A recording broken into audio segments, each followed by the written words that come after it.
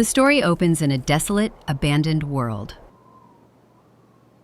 A world where most of humanity has been wiped out by a brutal pandemic, a plague that spared no one, but strangely left animals untouched. The streets are silent now, factories long shut down. With years of no pollution, nature has started to heal. Plants are reclaiming the land and animals roam freely, finally at peace.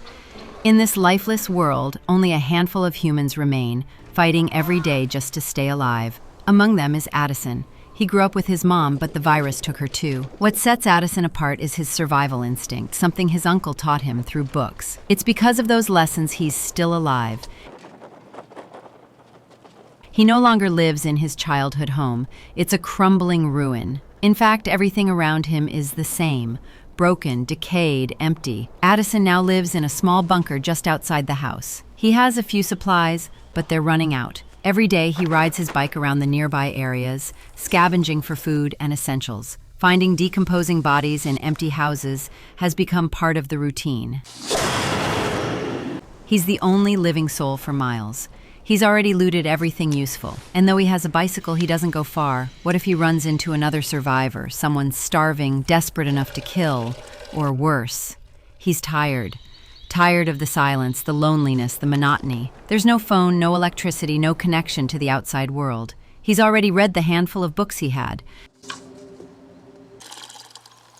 Now he passes the time by gardening. After weeks of back-breaking effort, he manages to grow a few vegetables, and to him, that's a massive win.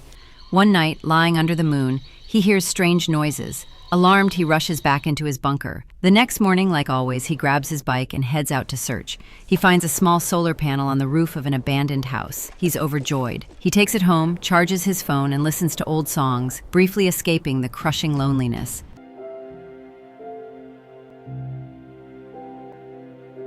Then he watches an old video of his mom. The emotions hit hard. Seeing her, hearing her voice after all these years, but not being able to respond, it shatters him. He watches until the battery dies again. Later, he steps outside to check on his garden, only to find it destroyed. The noises he heard the night before?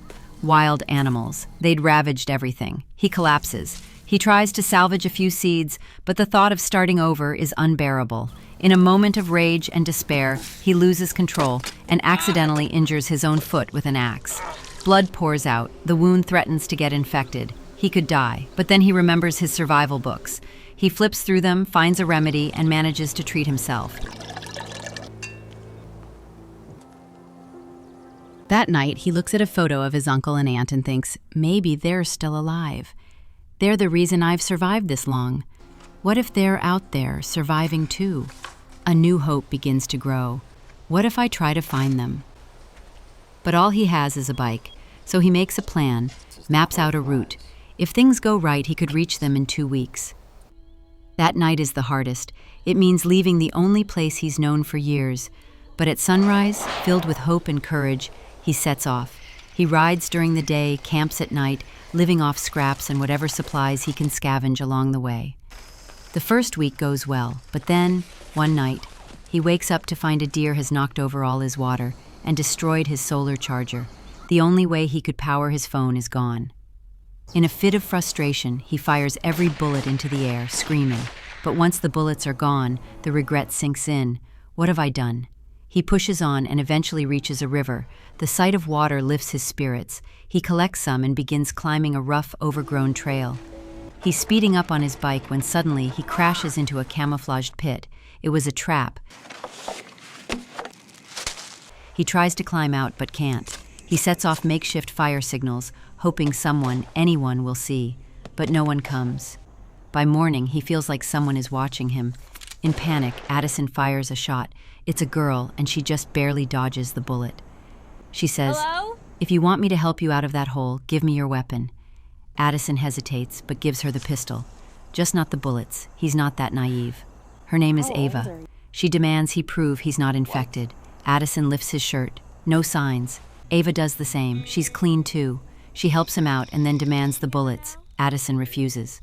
That night, they sleep in silence. The next morning, Addison wakes up with a knife pressed to his throat. Ava demands the bullets again. As soon as he tells her where they are, she grabs the gun, loads it, and runs, leaving him behind. Addison is stunned. Why did she do that? Then he hears voices, 3 men, armed and hostile. He realizes Ava was running from them. Addison hides in the grass. Ava scrambles up a tree. The men find Addison's camp and begin searching. To protect Ava, Addison paints fake infection marks on his body using crushed flowers, then lies in the open, posing as a corpse. They assume he's infected. It works. They leave.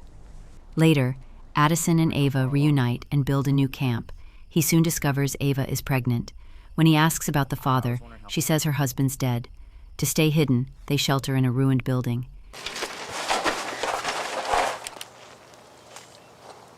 Really? Addison finds 2 bikes and decides to take Ava with him. Half the journey is done, just 1 week to go, but Ava is unsure. She doesn't trust where they're headed. Addison tells her, if you don't want to come, don't, but I have to. Ava has no other choice. She comes along.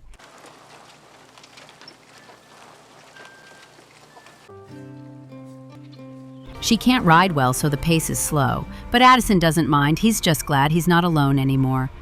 He starts falling for her. The world feels less bleak, but he doesn't know those 3 men are still hunting them. Addison cares for Ava deeply. She begins to feel something for him, too. One day, they stop at a pond. Addison takes a swim. As he steps out, he sees one of the men standing there. The man says, "We don't want trouble. Just give us Ava. We won't kill her. She's a resource. Once the baby's born, we eat it." Now Addison understands. These weren't just bad men. They were the ones who hurt Ava. The man continues, "Let her go or die. In this world, it's not about right or wrong. It's about survival." Addison doesn't back down. He and Ava push on. Eventually, they reach his uncle's house.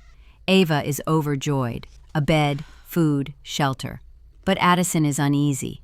When he steps into the yard, his worst fear comes true. There's a grave with his uncle's name on it. The one person he had faith in, gone. And he fought so hard to get here, for nothing. Shaken, he confronts Ava and demands the truth. This time she opens up. She reveals that one of the men, one of the brothers, raped her. She killed him trying to escape. That's why they're after her. She didn't tell Addison before because she thought he'd leave her too. Addison is devastated. They argue. Ava breaks down. Addison grabs a few things and storms out. Outside, the 3 men are waiting. They say, "Hand over Ava, you can even share her. That's how the world works now." But Addison refuses to play their twisted game. He fires a shot, not to hit, but to warn Ava to run. He tries to escape, but one man grabs him. Just before he's killed, a shadow strikes from behind. It's his aunt. Now only 2 attackers remain. One runs after Ava, the other charges toward them, but falls into a trap the aunt had set and dies. Addison and his aunt rush to save Ava, but the last man shoots, hitting the aunt in the shoulder. He's about to fire again when Addison yells, distracting him. At that moment, Ava fires an arrow straight into the man's back, killing him.